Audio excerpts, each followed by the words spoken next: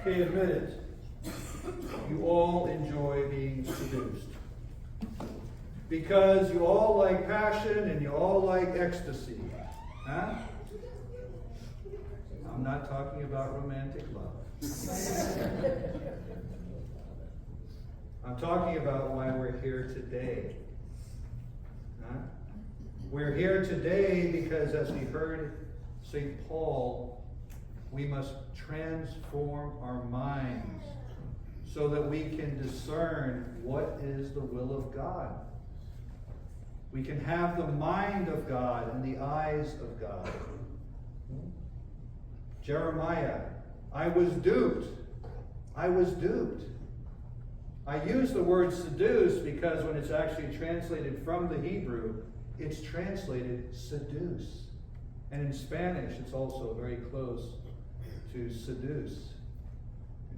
So we want to be seduced by the love of Christ. We want to have that passion and experience the ecstasy of joy that comes with knowing Him intimately. But that involves a cross. You've heard, no cross, no crown. There's no resurrection unless there's a passion. And so what that means in our lives, when St. Paul says, offer up our bodies as a living sacrifice, he's not only referring to the possibility of death of the body for the sake of the gospel, he's talking about everything in us that is working against the will of God.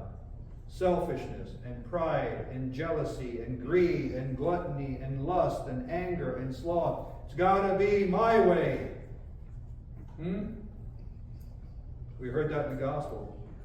Lord, no, you're not going to Jerusalem. Get behind me, Satan.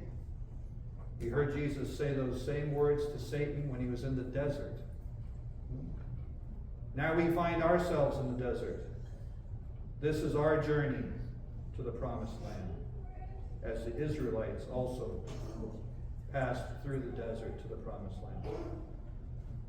But he gives us everything we need,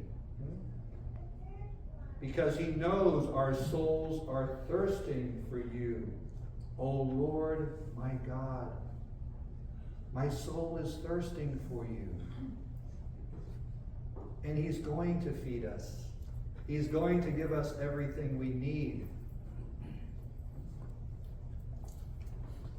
We must fight against those stirrings within ourselves that are working against God. I'm going to share with you some words that came to me this morning, actually. Some say love is a river that drowns the tender reed. Well, the only river we have doesn't drown any reed. We have the river of divine life flowing to us from our baptism and through all the sacraments. Some say love is a razor that leaves your soul to bleed.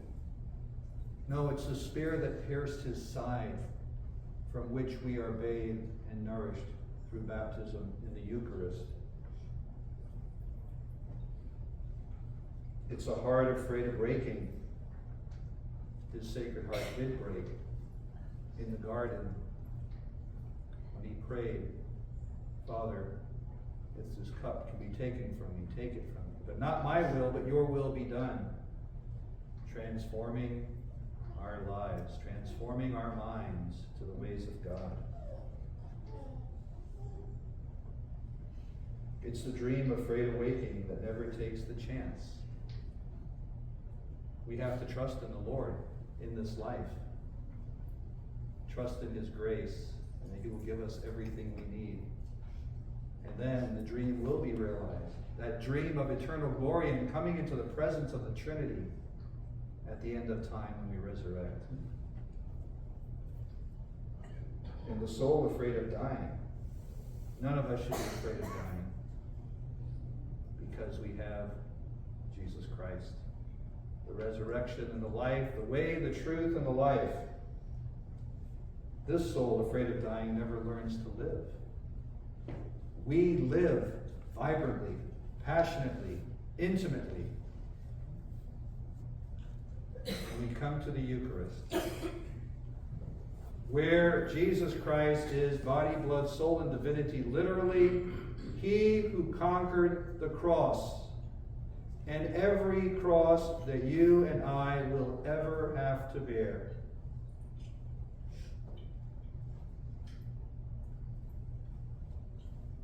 Come forward today in passionate love to experience that ecstasy he wants to give us, that the world does not know.